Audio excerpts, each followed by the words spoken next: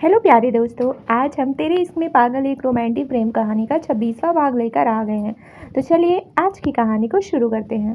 विक्रांत की बात सुनकर कि उसकी बड़ी बहन की तबीयत अब काफी हद तक ठीक है और उन्हें होश भी आ गया है, तो सुहाना के चेहरे पर भी राहत भरी मुस्कान आ गई। उसने विक्रांत के हाथ पर अपने हाथ रखते हुए कहा, अब तुम चिंता मत करो, दी बिल्कुल ठीक हो जाएंगी और मैं भी उनकी पूरी केयर करूंगी। माना मैं थोड़ी अनाड़ी हूँ, पर मैं हर किसी की केयर बहुत अच्छे से करती हूँ, क्योंकि जब मेरी नानी बीमार होती है ना, तब मैं उनकी बहुत अच्छे से देखभाल करती हूँ और वह बहुत जल्दी ठीक हो जाती है। सुहाना की बात सुनकर विक्रांत ने स्माइल करते हुए उसके हाथ को पकड़ा और कहा, मुझे पता है सुहाना, तुम दी की देखभाल बहुत अच्छे से करोगी, पर मुझे पता नहीं था कि तुम इतनी ज़्यादा लायक भी हो। तो सुहाना ने मुंह बनाते हुए अपना हाथ छुड़ा लिया और कहा, तो क्या तुम मुझे नालायक समझते हो? तो ठीक है, मैं अब तुम्हें साबित करके दिखाऊंगी। मैं दी की इतनी अच्छे से सेवा करूंगी कि वो यूं चुटकियों में ठीक हो जाएंगी। विक्रांत काफी दिनों से घर नहीं गया था। कहीं ना कहीं वो सुहाना को मिस भी करता था, खासकर उसकी शरारतें। लेकिन वो सुहाना के सामने खुद को कमजोर नहीं दिखाना चाहता था, पर आज सुहाना को सामने देखकर वो खुद के इमोशंस कंट्रोल नहीं कर पाया। वह सुहाना को छेड़ रहा था, क्योंकि सुहाना जब चिढ़ते हुए अपना मुंह अजीब तरीके से बनाती थी, तो विक्रांत को उसका चेहरा इस तरह से देखने में बड़ा मजा आता था। लेकिन कोई और भी था जो रूम के दरवाजे पर खड़ा उन दोनों को एक दूसरे के साथ खुश देखकर अंदर ही अंदर कोढ़ रहा था। यह आसना थी, जो विक्रांत की बहन देविका से मिलने के लिए वहां आई थी, लेकिन उससे पहले ही सुहाना वहां पहुंच गई थी। यह देखकर आशना को बर्दाश्त नहीं हो रहा था। वह तो सोच रही थी कि वह विक्रांत को सिंपैथी देने के बहाने उसके करीब जा सकती है और ये इस मौके का फायदा उठाना चाहती थी। लेकिन यहाँ भी सुहाना ने उसके सारे अरमानों पर पानी फेर दिया था। लेकिन फिर भी उसने कुछ सोचकर अपने कदम रूम की तरफ बढ़ा दिए। उसने एक नज़र बेड पर लेटी हुई देविका की तरफ देखा और फिर विक्रांत से कहा, विक्रांत, अभी दी की तबीयत कैसी है? डॉक्टर ने उनके बारे में क्या कहा है? सुहाना और विक्रांत जो अभी एक दूसरे से बात कर ही रहे थे, आसना की आवाज़ सुनकर दोनों की ही नजरें उसकी तरफ चली गई। आसना को यहाँ देखकर विक्रांत को वह पुरानी बातें याद आ गई कि कैसे जब आसना से उसकी दादी उसकी शादी फिक्स हुई थी, तो देविका दी कितनी खुश थी। बल्कि वह तो शुरू से यही चाहती थी कि विक्रांत की शादी आसना से हो। देविका दी आसना को बहुत पसंद करती थी, लेकिन जब उन्हें पता चला कि विक्रांत और आसना की शादी नहीं कर रहे हैं और विक्रांत शादी करने से मना कर दिया है, तो वह विक्रांत पर बहुत गुस्सा हुई थी और इसके लिए उन्होंने विक्रांत को काफ़ी कुछ सुनाया भी था। इस वजह से देविका ने कई महीनों तक तो विक्रांत से सही ढंग से बात भी नहीं की थी। विक्रांत उन्हें मनाने के लिए कई बार अब्रॉड भी गया था, बड़ी मुश्किल से मानी थी। लेकिन वो विक्रांत यह भी जानता था कि आसना और देविका दी की बॉन्डिंग बहुत अच्छी थी, इसलिए उसने भी अपनी मन की फीलिंग को कंट्रोल किया और नर्म लहजे में कहा, देविका दी बिल्कुल ठीक है, इन्हें होश भी आ गया है, कल शाम तक इन्हें डिस्चार्ज मिल जाएगा। विक्रांत को इतना पोलाइटली बिहेव करते देख आसना के मन में एक उम्मीद सी जगी। उसने फिर स्माइल करते हुए कहा, यह तो बहुत अच्छी बात है कि देविका दी ठीक है और कल इन्हें भी डिस्चार्ज मिल जाएगा। क्या मैं आज यहाँ रुक सकती हूँ विक्रांत? तो विक्रांत ने कहा, नहीं, तुम वापस जाओ, सुहाना है यहाँ पर। तो आसना ने एक और कोशिश करते हुए कहा, पर तुम जानते हो ना कि देविका दी मेरे दिल के कितनी करीब है, और जब इन्हें होश आएगा और मुझे सामने देखेंगी तो बहुत खुश भी हो जाएंगी ना। तो विक्रांत ने कहा, इन्हें आज रात होश नहीं आने वाला है आसना, इसलिए तुम घर जाओ। तुम्हें अगर उनसे मिलने का इतना ही ज़्यादा मन कर रहा है तो कल सुबह आ जाना, डॉक्टर ने नींद का इंजेक्शन दिया है, तो आज पूरी रात सोने वाली है। अब तो आस्था के पास कोई और रीज़न रहा ही नहीं था, इसलिए मन मार कर उसने उसे वहाँ से जाना ही था। जाते-जाते उसने एक नज़र सुहाना की तरफ देखा, जो स्माइल करते हुए विक्रांत से बात कर रही थी। वह जब भी सुहाना को विक्रांत के साथ देखती थी, तो हमेशा उसे यही लगता था कि वह मेरी जगह थी, जहाँ पर इस वक्त सुहाना ने कब्जा किया हुआ है। विक्रांत का यह प्यार, उसकी केयर सिर्फ उसके हिस्से आनी चाहिए थी। लेकिन अभी तो वह कुछ भी नहीं कर सकती थी, क्योंकि उसने तो खुद ही इस सब को ठुकरा दिया था।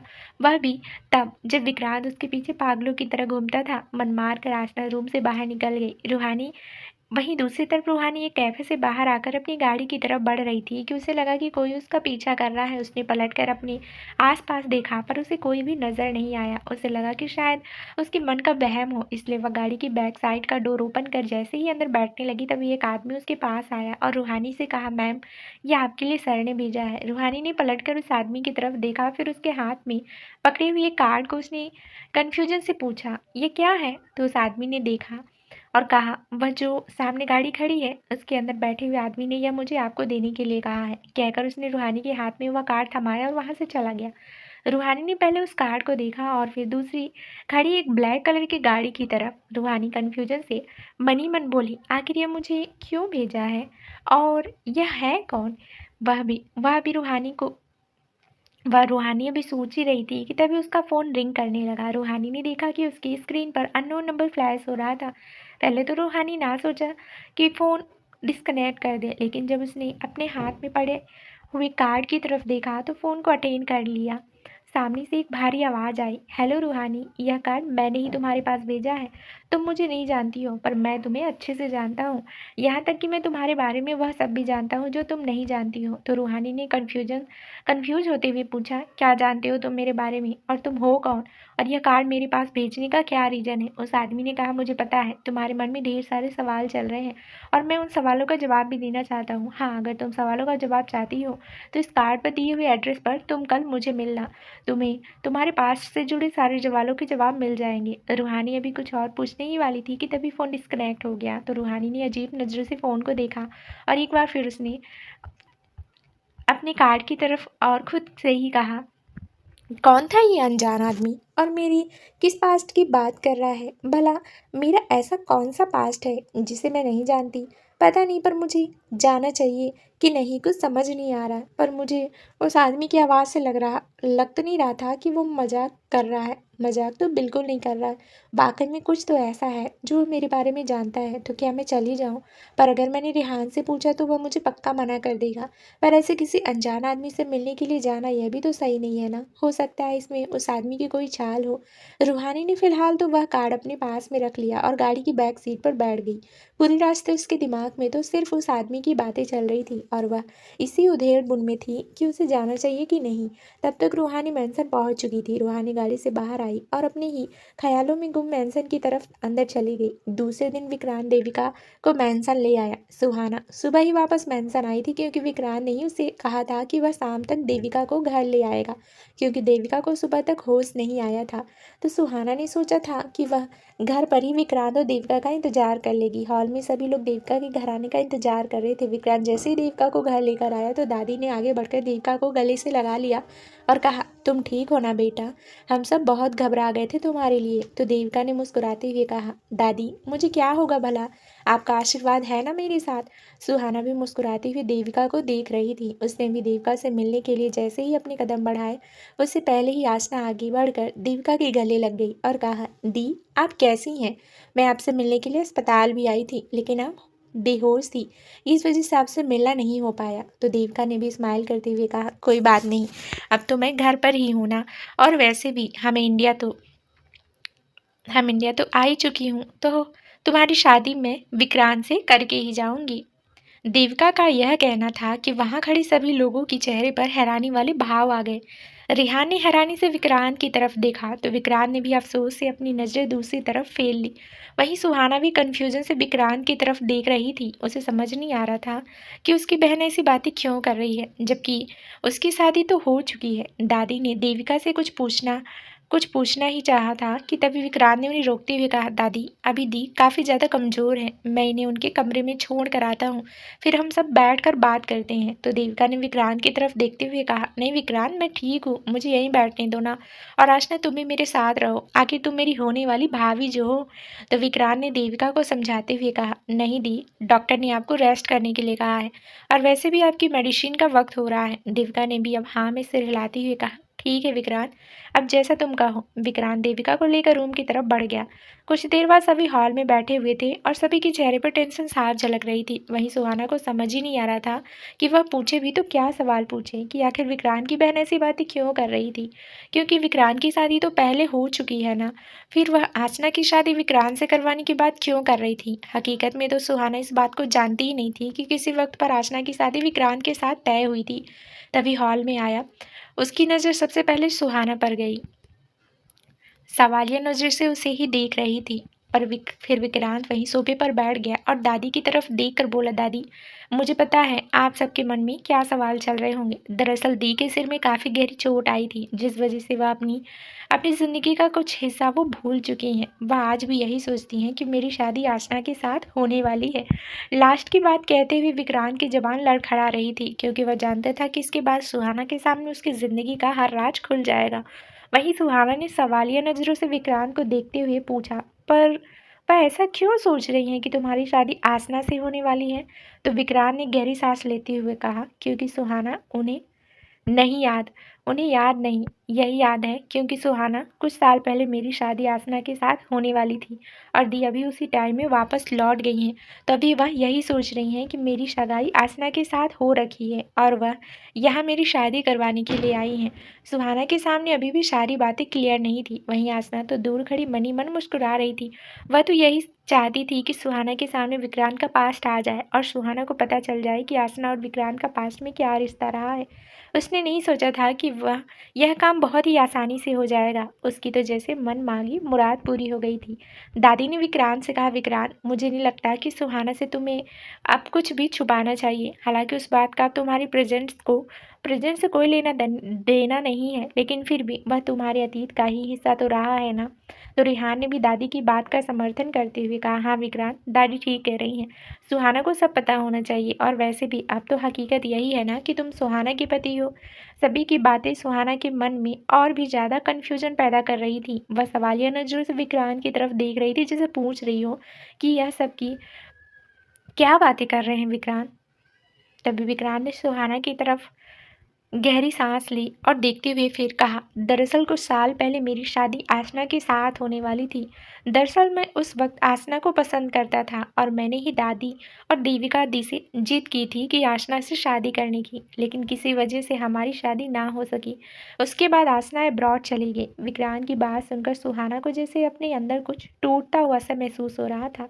लास्ट की बात कहते हुए विक्रांत की जबान लड़खड़ा रही थी, क्योंकि वह जानता था इसके बाद सुहाना के सामने उसकी ज़िंदगी का हर राज खुल जाएगा। वहीं सुहाना ने सवालिया नज़रों से विक्रांत को देखते हुए पूछा, पर वह ऐसा क्यों सोच रही है कि तुम्हारी शादी आसना से होने वाली है। तो विक्रांत ने गहरी सांस लेते हुए कहा, क्योंकि सुहाना उन्हें नहीं याद, उन्हें यही याद है क्योंकि सुहाना कुछ साल पहले मेरी शादी आसना के साथ होने वाली थी और दी अभी उसी टाइम में वापस लौट गई हैं। तो अभी वह यही सोच रही हैं कि मेरी सगाई आसना के साथ हो रखी है और वह यहाँ मेरी शादी करवाने के लिए आई हैं। दादी ने विक्रांत से कहा, विक्रांत मुझे नहीं लगता कि सुहाना अब तुमसे कुछ सुहाना से छुपाना चाहिए। रेहान ने भी दादी की बात का समर्थन करते हुए कहा, हाँ विक्रांत, दादी ठीक कह रही हैं, सुहाना को सब पता होना चाहिए और वैसे भी अब तो हकीकत यही है ना कि तुम सुहाना के पति हो। सभी की बात सुहाना के मन में और ज़्यादा कन्फ्यूजन पैदा कर रही थी। वह सवालिया नज़रों से विक्रांत की तरफ देख रही थी, जैसे पूछ रही हो कि यह सब क्या बातें कर रहे हैं। विक्रांत ने सुहाना की तरफ देखते हुए गहरी सांस ली और फिर कहा, दरअसल कुछ साल पहले मेरी शादी आसना के साथ होने वाली थी। दरअसल मैं उस वक्त आसना को पसंद करता था और मैंने ही दादी और देविका दी से जिद की थी आसना से शादी करने की, लेकिन किसी वजह से हमारी शादी ना हो सकी। उसके बाद आसना अब्रॉड चली गई। विक्रांत की बात सुनकर सुहाना को जैसे अपने अंदर कुछ टूटता हुआ सा महसूस हो रहा था। दादी ने विक्रांत से कहा, विक्रांत मुझे नहीं लगता कि सुहाना से अब तुम्हें कुछ भी बात छुपाना चाहिए। हालांकि उस बात का अब तुम्हारे प्रेजेंट को लेना देना नहीं है, लेकिन फिर भी वह तुम्हारे अतीत का ही तो हिस्सा रहा है ना। तो रेहान ने भी दादी की बात का समर्थन करते हुए कहा, हाँ विक्रांत, मदर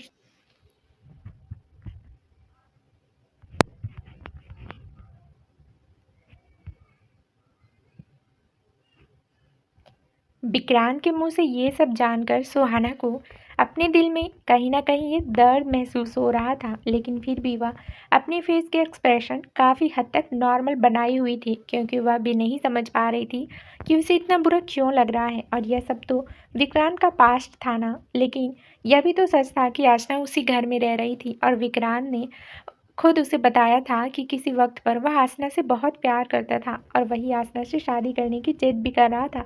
सुहाना के लिए वहाँ खड़ा होना मुश्किल हो रहा था। पता नहीं क्यों इस वक्त उसे बहुत ही अजीब से फीलिंग हो रहा था। वह फिर फीकी स्माइल के साथ सबसे बोली, कोई बात नहीं। अब यह सब तो विक्रांत का पास्ट था ना, पर आज मैं विक्रांत की बीवी हूँ। मुझे कोई फर्क नहीं पड़ता है कि विक्रांत के पास्ट में क्या हुआ क्या नहीं। बस मैं तो यही चाहती हूँ कि दी बिल्कुल ठीक हो जाए, कहकर सुहाना जल्दी से वहाँ से चली गई। सुहाना जहाँ अपने दिल के जज्बात छुपाने की कोशिश कर रही थी, लेकिन वहाँ बैठा हर शख्स उसके चेहरे से अच्छे से महसूस कर पा रहा था कि सुहाना को इस बात का कितना बुरा लगा है।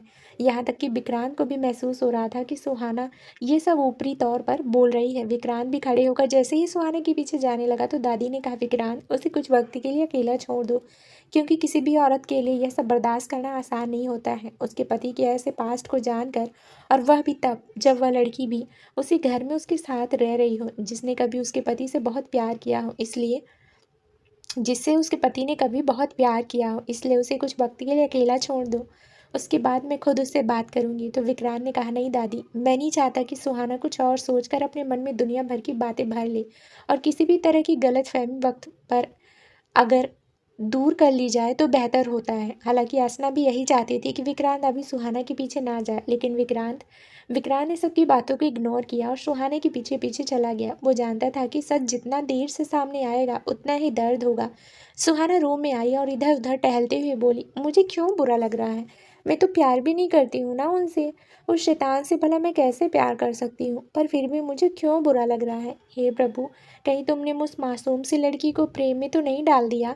लेकिन विक्रांत ने कहा ना कि वह उसका पास्ट था, लेकिन आसना तो यही रह रही है ना। कहीं फिर से उन दोनों के बीच? नहीं नहीं, ऐसा नहीं हो सकता। और अगर ऐसा हुआ भी तो मुझे क्या फ़र्क पड़ने वाला है? सुहाना बेड पर बैठ गई। उसे इतना गुस्सा आ रहा था कि उसने पिलो उठाकर जोर जोर से उसे पंच करना शुरू कर दिया। वह खुद ही अपने मन में उमड़ रहे जज्बातों को नहीं समझ पा रही थी। वह खुद भी नहीं समझ पा रही थी कि उसे बुरा भी क्यों लग रहा है। यहाँ तक कि वह यह भी एक्सेप्ट करने को तैयार नहीं थी कि उसके दिल में भी कहीं ना कहीं विक्रांत के लिए फीलिंग्स जगने लगी है और उसे जलन होती है। अगर विक्रांत का नाम किसी भी लड़की के साथ जुड़े तो उसे पता ही नहीं चला कब उसकी आंखों से आंसू भी बहने लगे और वह औंधे मुंह बेड पर लेट गई और अपना चेहरा पिलो में छुपाकर धीरे धीरे से सिसकने लगी। उसे रोना आ रहा था, उसका रोने का मन कर भी रहा था, पर वह नहीं चाहती थी कि कोई भी उसे रोते हुए देखे, इसलिए उसने अपने चेहरे को अच्छी तरह से पिलो में छुपा लिया था। लेकिन उसके सिसकने की आवाज़ कोई भी साफ सुन सकता था। तब विक्रांत रूम में आया तो उसकी नज़र बेड पर लेटी हुई सुहाना पर गई, जो आड़े टेढ़े तरीके से पिलो में मुंह छिपाए लेटी हुई थी। विक्रांत को भी समझते देर नहीं लगी कि सुहाना रो रही है।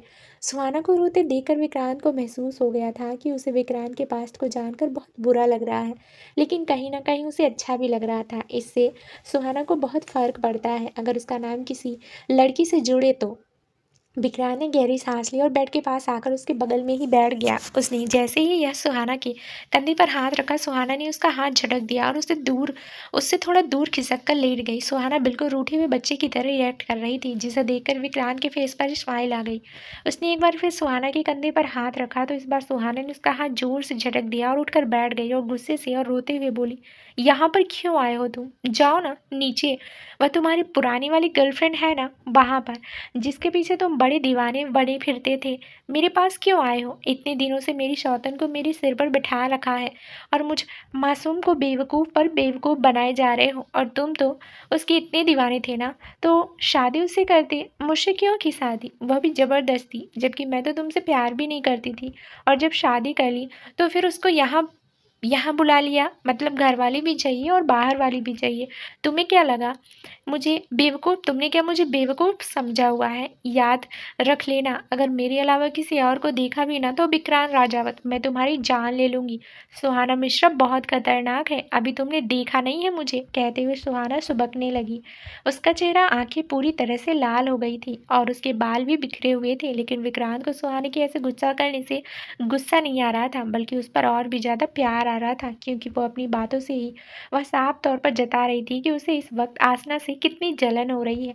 विक्रांत ने सुहाना की बाह पकड़कर उसे अपनी गोद में खींच लिया और उस पर अपनी बाहें कस ली। सुहाना अब उसकी गोदी में बैठी हुई मचल रही थी।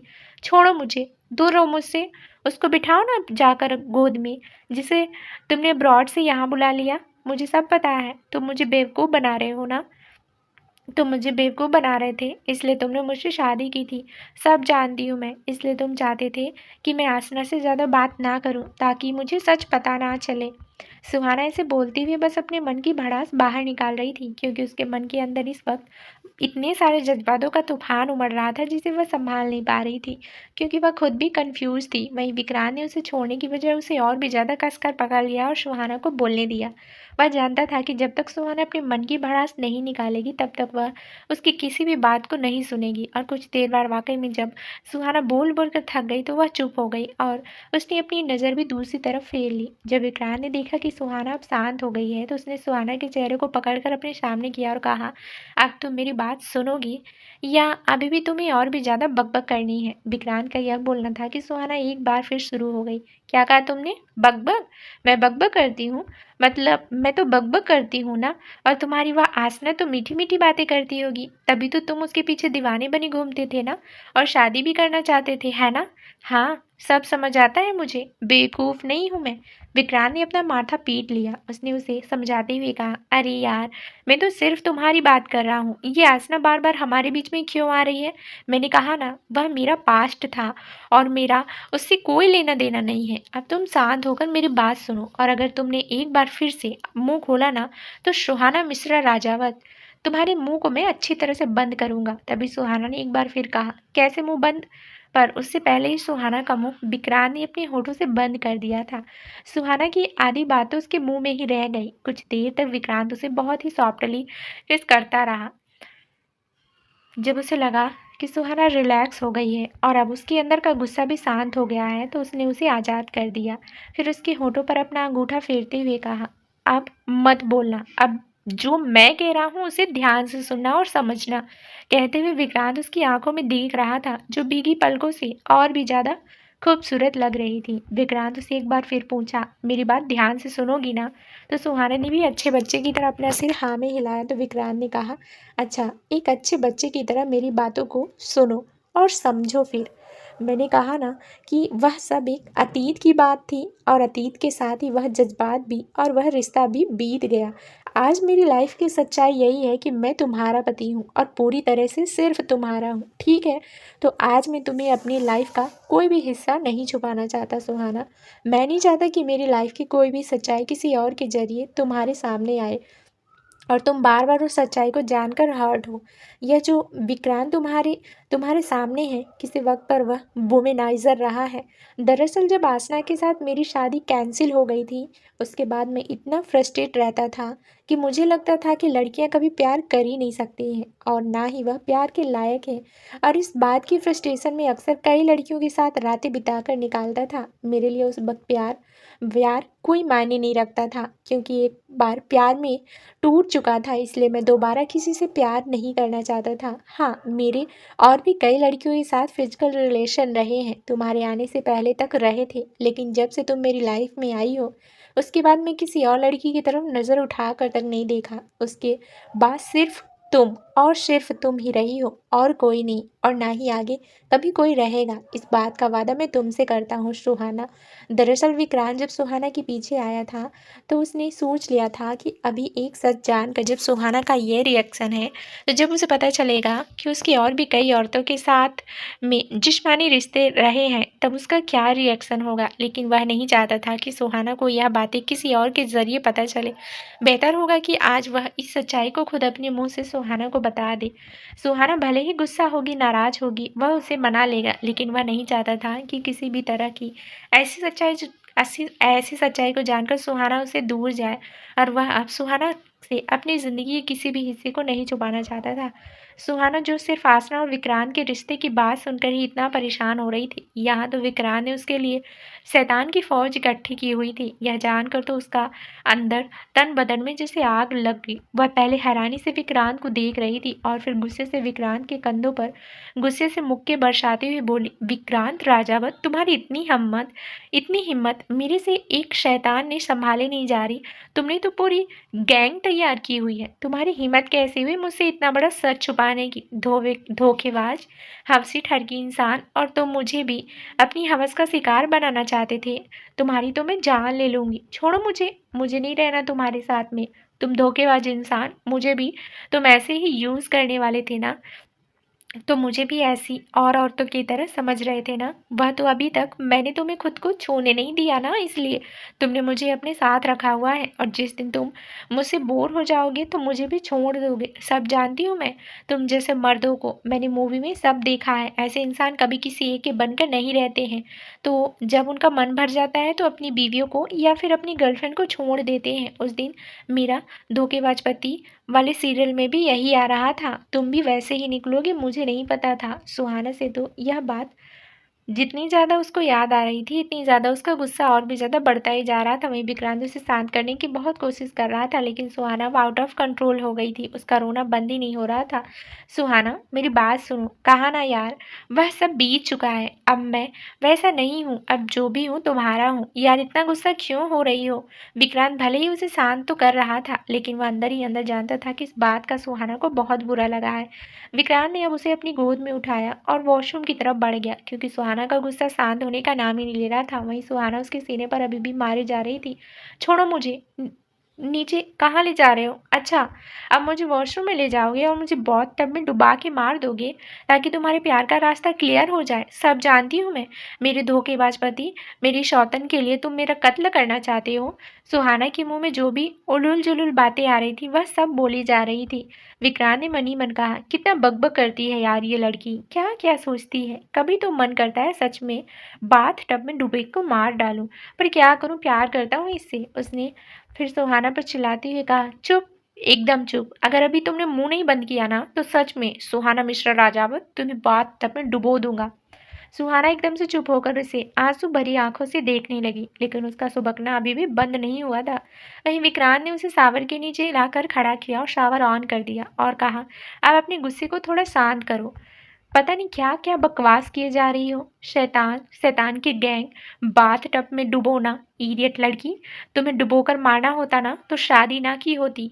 मैं शादी इसलिए न, मैं शादी इसलिए नहीं की, तुमसे प्यार करता हूँ इसलिए की। और क्या कहा था तुमने? मैं हवसी हूँ, तुम्हें यूज करके छोड़ दूंगा। तुम्हें यूज ही करना होता ना सुहाना मिश्रा राजावत, तो कब का यूज कर लिया होता। शादी करने की जरूरत नहीं थी तुमसे मुझे। यहाँ तक कि अब तक मैंने सुहाग रात तक नहीं मनाई तुम्हारे साथ। अगर हवसी होता ना तो पहली रात को ही तुम्हारा रोना देख कर तुम्हें छोड़ने तुम्हें छोड़ ना दिया होता। अपनी डिज़ायर पूरी कर ही लेती कर ली होती। तो ये जो उलूल-जुलूल तुम्हारे दिमाग में आ रहा है ना, और जो तुम बोले जा रही हो, सही कहती है तुम्हारी नानी, तुम्हें हिंदी सीरियल देखना ही नहीं चाहिए। पता नहीं कौन सा स्टूपिड सा सीरियल देखती हो और दिमाग में कचरा भर लिया है। विक्रांत को यह तो पता था कि सुहाना उस पर गुस्सा करेगी, पर उसका रिएक्शन इतना ज़्यादा डेंजरस होगा उसे नहीं पता था। अब सुहाना ने एक बार फिर विक्रांत से कहा, हाँ, तुम तो चाहोगे ना मैं सीरियल ना देखूं? कहीं तुम्हारी भोली-भाली सी बीवी चालाक ना बन जाए और तुम्हारी चोरी ना पकड़ ले। अब तो मैं ज़रूर ये सीरियल देखूंगी और पूरा देखूंगी। विक्रांत ने अपनी आई रोल की और एक बार फिर सुहाना की बालों को कसकर पकड़कर अपने होंठ उसके होंठों पर रख दिए, क्योंकि सुहाना की बकबक बंद करने का उसे एक यही तरीका सही लगा था। वहीं सुहाना विक्रांत से दूर होने के लिए छटपटा रही थी। वह विक्रांत के सीने पर हाथ रख उसे खुद से दूर धकेलने की कोशिश कर रही थी, लेकिन विक्रांत ने उसे पीछे ले जाकर दीवार पर सटा दिया और अब उसे पैसन के साथ करने लगा। दोनों ही इस वक्त पानी में पूरी तरह से भीगे हुए थे। सुहाना को तो इस वक्त इतना गुस्सा आ रहा था कि उसका मन कर रहा था कि वह विक्रांत का सिर ही फोड़ दे। इसलिए उसने गुस्से से विक्रांत के होठों को जोर से बंद कर लिया। सुहाना की ऐसे बाइट करने से विक्रांत ने किस करना बंद कर दिया, लेकिन वह सुहाना से दूर नहीं हुआ। कुछ देर बाद विक्रांत ने उसे दोबारा किस करना शुरू किया। इस वक्त उसकी किस पहले से काफ़ी ज़्यादा थी। सुहाना तो मन ही मन बोली, अच्छा तो अब ये मेरा दम घोट कर मुझे मारना चाहता है। अभी बताती हूँ इसे, कहकर सुहाना ने एक बार फिर से विक्रांत के होठों को जोर से बाइट कर लिया। इस बार सुहाना ने काफ़ी जोर से किया था कि विक्रांत झटके से सुहाना से दूर हो गया। उसने अपने होठों पर अंगूठा फेरते हुए देखा तो उसके होंठ कट गए थे। उसने सुहाना को घूरते हुए देखा और कहा, तुम जंगली हो क्या? इतनी जोर से कौन काटता है? तो सुहाना ने भी उसे घूरते हुए देखा और कहा, मैं काटती हूँ और तुम इसी लायक हो। दोबारा मुझे जबरदस्ती किसकी ना विक्रांत राजावत, तो तुम्हारी ऐसी तैसी कर दूंगी मैं। तुम जैसे धोखेबाज पति को ठीक करना अच्छे से जानती हूँ। सुहाना को तो इस वक्त इतना रोना आ रहा था और इतना गुस्सा आ रहा था, उसका मन कर रहा था वह चिल्ला चिल्ला कर पूरी दुनिया को बताए कि इस विक्रांत राजावत ने उसे कितना बड़ा धोखा दिया है। उसे तो बातें बर्दाश्त नहीं हो रही थी। कहाँ तो उसने आज तक कभी किसी को एक किस तक नहीं किया था। उसकी फर्स्ट किस भी विक्रांत के साथ ही थी, जो विक्रांत ने ही जबरदस्ती ले ली थी। वहीं विक्रांत की कई लड़कियों से फिजिकल रिलेशन होने की बात सुहाना को बर्दाश्त नहीं हो रही थी, और सही भी तो था। सुहाना इस बात को इतनी आसानी से कैसे एक्सेप्ट कर लेती, और यहाँ तो वह लड़की भी इसी छत के नीचे रह रही थी जिसे विक्रांत दीवानों की तरह कभी प्यार करता था। सुहाना के लिए इतनी सारी बातें को संभालना इतना आसान नहीं था, और यह बात विक्रांत भी समझ रहा था। इसलिए उसने भी सोचा कि सुहाना को कुछ देर के लिए अकेला छोड़ देना ही सही है, क्योंकि वह जितना सुहाना को अपनी बात समझाने की कोशिश करेगा, सुहाना उतनी ही ज़्यादा हैपर होती जाएगी। उसने सुहाना से कहा, ठीक है, तुम्हें जितना गुस्सा होना है हो लो, जब गुस्सा शांत हो जाए ना उस वक्त मैं तुमसे बात करूंगा। कहकर विक्रांत जैसे ही वॉशरूम से बाहर जाने लगा तो सुहाना ने उस पर चिल्लाते हुए कहा, गुस्सा शांत हो या ना हो, पर मैं तुम्हारे साथ अब एक पल भी एक छत के नीचे नहीं रहूंगी। जा रही हूँ मैं आज और अभी अपनी नानी के बाद। सुहाना का यह कहना था कि अब विक्रांत की आंखें गुस्से से लाल हो गई। बस सुहाना को यही नहीं कहना था कि वह उसे छोड़कर चली जाएगी। विक्रांत सब कुछ बर्दाश्त कर सकता था, लेकिन सुहाना का उसे दूर जाना उसे बर्दाश्त नहीं होता। उसने पीछे मुड़कर अपनी लाल आंखों से सुहाना की तरफ देखा। सुहाना विक्रांत को इस गुस्से वाले लुक में देखकर कुछ पल के लिए तो अपना गुस्सा भूल ही गई, क्योंकि वह जानती थी कि जब भी विक्रांत उसे ऐसे देखता था तो ज़रूर उसकी अच्छी तरह से बैंड बजाता है।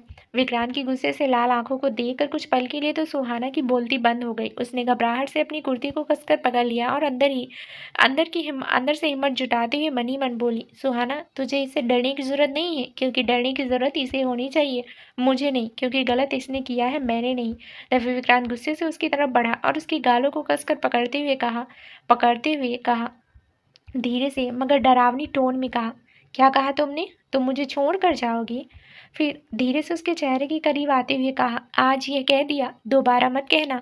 तुम्हारा वजूद अब विक्रांत राजावत से जुड़ा हुआ है।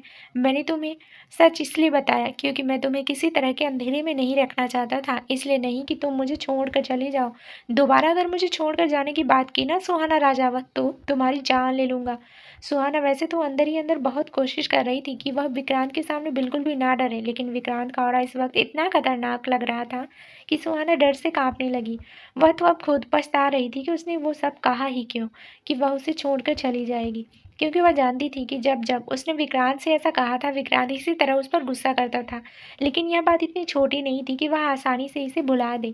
उसके लिए यह सब बर्दाश्त कर पाना बहुत मुश्किल हो रहा था, और जब जब उसे यह सब याद आ रहा था उसका गुस्सा भी बढ़ रहा था। उसने विक्रांत के सीने पर हाथ रख उसे खुद से दूर धकेला और कहा, हाँ चली जाऊंगी, और तुम मुझे नहीं रोक सकते हो, क्योंकि मुझसे शादी के वक्त तुम मेरे बारे में सब कुछ जानते थे। मेरी लाइफ का ऐसा कोई हिस्सा नहीं रहा जो तुमसे छुपा रहा हो, लेकिन तुम्हारी ज़िंदगी के राज तुमने मुझसे शादी से पहले क्यों नहीं बताए? और तुम क्या सोचती हो कि यह इतनी छोटी सी बातें हैं जिन्हें मैं यूं ही भुला दूं?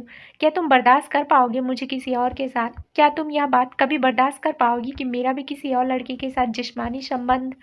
सुहाना अभी आगे कुछ कह पाती उससे पहले ही विक्रांत ने गुस्से से उसका गला पकड़ लिया और उसे दीवार से लगाकर चिल्लाते हुए कहा, चुप, एकदम चुप, एक शब्द मुंह से मत निकालना सुहाना, वरना जो मैं तुम्हारे साथ करूंगा वह तुम बर्दाश्त नहीं कर पाओगी। कहा ना, वह सब तब की बात है जब तुम मेरी जिंदगी में नहीं थी, तब मैं तुम्हें जानता भी नहीं था। हाँ, अगर तुम्हारा मेरी जिंदगी में आने के बाद मैं किसी और के करीब गया होता तब तुम मुझे दोष दे सकती थी कि मैंने तुम्हें धोखा दिया है, लेकिन जब से मेरे दिल में तुम्हारे लिए फीलिंग्स जागी, जब से मैंने तुमसे शादी के 7 वचन लिए तुम्हारे साथ, तभी से मैंने खुद को सिर्फ तुम्हारा मान लिया था, और खुद से भी एक वादा किया था कि तुम्हारे अलावा मैं किसी और लड़की को अपने करीब नहीं आने दूंगा, यहाँ तक कि अपने एहसास में भी एहसास में भी नहीं। तो बेहतर होगा तुम इस बात को जितनी जल्दी समझ जाओ तुम्हारे लिए अच्छा है, वरना मर्जी से या ज़बरदस्ती से बितानी तो तुम्हें पूरी ज़िंदगी मेरे साथ ही है। इसलिए अपने दिमाग में मुझे छोड़ कर जाने का ख्याल तो निकाल देना कि मैं तुम्हें खुद से दूर जाने दूंगा। कहकर उसने सुहाना को झटके से छोड़ दिया और वॉशरूम से बाहर निकल गया। सुहाना वही दीवार से टेक लगाए फर्श पर ही बैठ गई और घुटनों में मुंह छुपाए रोने लगी। वह चाह कर भी इन बातों को बर्दाश्त नहीं कर पा रही थी और उसकी सिचुएशन देखते हुए यह सही भी था कि कोई भी लड़की इस बात को आसानी से बर्दाश्त नहीं करेगी। तो सुहाना भला इतनी आसानी से इन बातों को कैसे भूल जाती। गलत तो दोनों ही अपनी जगह नहीं थे, लेकिन अभी हालात गलत थे। रात के डिनर के बाद सभी डाइनिंग टेबल पर मौजूद थे सिवाय सुहाना को छोड़कर। दादी ने जब सुहाना को वहां मौजूद नहीं देखा तो विक्रांत से पूछा, विक्रांत, सुहाना क्यों नहीं आई है? क्या उसकी तबीयत ठीक नहीं है? हालांकि दादी समझ रही थी कि सुहाना का मूड इस वक्त काफ़ी ख़राब होगा। विक्रांत ने भी बेमन से कहा, दादी, उसने अपना डिनर रूम में ही मंगवा लिया है। उसका मूड थोड़ा ठीक नहीं था, इस वजह से वो नीचे नहीं आए। वहीं आसना तो मन ही मन मुस्कुराते हुए अपना डिनर कर रही थी। आखिर आज उसके मन मांगी मुराद जो पूरी हुई थी, उसके लिए तो यह रास्ता और भी आसान हो गया था। तभी देविका भी डाइनिंग हॉल में आ गई और चेयर पर बैठती हुई बोली, सॉरी दादी, मुझे आने में देर हो गई। मैं रूम में अपना डिनर नहीं करना चाहती थी। मेरा मन था कि मैं पूरी फैमिली के साथ बैठकर डिनर करूं। तो दादी ने भी मुस्कुराते हुए कहा, हाँ देविका, क्यों नहीं, तुम यहीं बैठकर डिनर कर लो। वैसे अब तुम्हें कैसा महसूस हो रहा है? तबीयत ठीक तो है ना तुम्हारी? तो देविका ने भी मुस्कुराते हुए कहा, दादी, पहले से काफ़ी बेहतर है।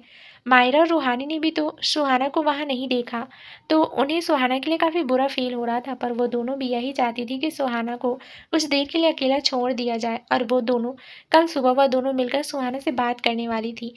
रूहानी सुहाना से बात करने के लिए उसके रूम में गई भी थी, लेकिन उस वक्त सुहाना ने उससे किसी भी तरह की बात करने से मना कर दिया और उसे साफ तौर पर कहा कि इस वक्त किसी से भी कोई बात नहीं करना चाहती है। तो रूहानी ने भी उसे ज़्यादा परेशान करना सही नहीं समझा और चुपचाप रूम से बाहर आ गई। देविका ने अपना शोक ख़त्म किया और कुछ देर बाद दादी से कुछ सोचते हुए बोली, दादी, मैं सोच रही हूँ कि क्यों ना आसना और विक्रांत की शादी से पहले हमारे खानदान की एक ज़रूरी रस्म कर दी जाए, जो हमारे खानदान में अक्सर शादी से पहले की जाती है। देविका की बात सुनकर विक्रांत चौंकते हुए देविका की तरफ देखने लगा। वहीं रेहान, वीर और दादी भी देविका की बात सुनकर थोड़ा परेशान हो गई। जब देविका ने सभी के चेहरे पर परेशानी वाले भाव देखे तो हैरानी से पूछा, क्या हुआ? आप सब लोग मुझे ऐसे क्यों देख रहे हैं? अरे विक्रांत, तुम्हें पता नहीं है, जब भी हमारे यहाँ किसी लड़के या लड़की की शादी तय होती है तो उसकी एक खास रस्म करवाई जाती है। मेरी और तुम्हारे जीजा जी की भी तो शादी से पहले भी ये रस्म करवाई गई थी ना, भूल गए क्या? और मैं तो यहाँ थी नहीं, तो सोच रही हूँ अब आ ही गई हूँ तो अब पूरा कर लेती हूँ। क्यों दादी, सही कहा ना मैंने? आप भी तो जानती है ना इस रस्म के बारे में। विक्रांत देविका से कुछ कहने ही वाला था कि तभी दादी ने फीकी से स्माइल के साथ कहा, देविका बेटा, अभी तुम्हारी तबीयत ठीक नहीं है, तो अभी इन बातों को छोड़ो ना। अभी तुम अपनी तबीयत पर ध्यान दो। जब तुम बिल्कुल पूरी तरह से ठीक हो जाओगी तब हम इस बारे में बात करेंगे। तो रेहान भी दादी का समर्थन करते हुए कहा, हाँ दीदी, दादी ठीक कह रही हैं, आपको अभी अपनी तबीयत पर ध्यान देना चाहिए। यह सब बातें बाद में आराम से होती रहेंगी। तो देविका ने थोड़ा नाराजगी से रेहान की तरफ देखा और कहा, तुम तो शांत रहो रेहान और वीर, तुम दोनों से मैं नाराज हूँ। तुम दोनों ने शादी कर ली और मुझे बताया तक नहीं। क्या तुम मुझे अपनी बड़ी बहन नहीं मानते हो? रेहान ने भी सोचा कि यही मौका है कि बातों का डायरेक्शन चेंज कर दिया जाए। तो उसने मुस्कुराती हुई देविका से कहा, दी, वह क्या है ना, सब कुछ अचानक ही हो गया और मुझे लगा कि दादी ने आपको बता दिया होगा, इसलिए कोई बात नहीं। अब तो आप अपनी दोनों भाभियों से मिल चुकी हैं ना? तो देविका ने भी स्माइल करते हुए कहा, हाँ, मैं अपनी दोनों भाभियों से मिल चुकी हूँ और दोनों ही बहुत प्यारी हैं। पर मुझे ये नहीं समझ आ रहा कि वह लड़की कौन है जो इस घर में रह रही है। मैंने उस वक्त भी उसे यहीं देखा था दादी, मैंने उसे पहले तो कभी नहीं देखा। दादी कुछ कहती उससे पहले ही विक्रांत ने कहा, दी, वह दादी की दूर की रिश्तेदार की बेटी है। वो क्या है ना कि अपनी कॉलेज की पढ़ाई के लिए यहाँ आई हुई है और यहीं रहती है। तो देविका ने कहा, ओ, वैसे नाम क्या है उसका? तो विक्रांत ने कहा, सुहाना। सुहाना का नाम सुनकर देविका को कुछ अजीब सा लगा, जैसे वह कुछ याद करने की कोशिश कर रही हो। मुझे ऐसा क्यों लग रहा है वह शायद कुछ वक्त पहले ही सुना है। देविका के सिर में हल्का सा दर्द होने लगा तो उसने अपने सिर पर हाथ रख लिया। विक्रांत ने जब देविका को थोड़ा सा परेशान देखा तो घबराते हुए पूछा, दी क्या हुआ, आप ठीक तो है ना? वहीं दादी ने भी पूछा, क्या हुआ देविका, तुम्हारी तबीयत ठीक नहीं है? तो देविका ने कहा, नहीं दादी, पता नहीं क्यों पर अचानक से सिर में दर्द होने लगा। तो विक्रांत अपनी चेयर से खड़ा हुआ और देविका के पास आकर बोला, चलिए दी, आप अपने रूम में जाकर रेस्ट कीजिए, बाकी की बातें बाद में करना, अभी आपको रेस्ट की सख्त ज़रूरत है। देविका ने कहा, अरे नहीं, मैं यहाँ पर तुम्हारी रश। तो विक्रांत ने जिद करते हुए कहा, वह सब बातें बाद में, दी आप खड़ी होइए पहले और चलिए। विक्रांत उसे जबरदस्ती उसके रूम में ले गया। वहीं देविका की इस तरह से बात अधूरी छोड़कर चले जाने से आसना थोड़ी परेशान हो गई। वह भी जानती थी कि इस रस्म के बारे में जब विक्रांत की शादी आसना से तय हुई थी तब देविका ने ही उसे इस रस्म के बारे में बताया था कि वह इंडिया आने की कोशिश करेगी और जल्द से जल्द इस रस्म को भी पूरा करेगी। लेकिन किसी वजह से देविका इंडिया नहीं आ पाई। वह शादी वाले दिन ही इंडिया आने वाली थी और यहाँ आकर उसे पता चला कि विक्रांत ने उसे शादी करने के लिए मना कर दिया। एक सुनसान हाईवे रोड पर रूहानी गाड़ी की फ्रंट सीट पर नजर झुकाए बैठी हुई थी। उसके चेहरे से ही लग रहा था कि इस वक्त वह बहुत ज़्यादा परेशान है और शायद थोड़ी घबराई हुई भी। वहीं रेहान गाड़ी से बाहर खड़ा हुआ अपने एक हाथ को अपने बालों में फेरते हुए जोर से टायर पर किक करते हुए बोला, यह लड़की कभी मेरी बात सुनती क्यों नहीं है? इसे हमेशा अपने मन की क्यों करनी होती है? इसकी हिम्मत भी कुछ ज़्यादा ही बढ़ती जा रही है। फिर उसने एक जलती हुई नज़र से रूहानी की तरफ देखा जो अपना सिर झुकाए अंदर ही बैठी हुई थी। उसने अब आगे बढ़कर रूहानी की तरफ का गेट खोला और उसका हाथ पकड़कर उसे खींचकर बाहर निकाला। रेहान के अचानक ऐसा करने से रूहानी एकदम से सहम गई। रेहान ने उसे गाड़ी से सटाते हुए उसके अगल बगल अपने हाथ रख दिए और उसके चेहरे के करीब होते हुए बोला, किससे पूछ कर तुम वहाँ गई थी रूहानी, और वह भी मुझसे झूठ बोल कर? रूहानी का चेहरा इस वक्त ऐसा हो रहा था कि वह रो ही देगी क्योंकि रेहान उस पर काफ़ी देर से गुस्सा किए जा रहा था। हालांकि गलती उसी की थी क्योंकि रूहानी बिना बताए और बिना रेहान से पूछे उस आदमी से मिलने के लिए जा रही थी।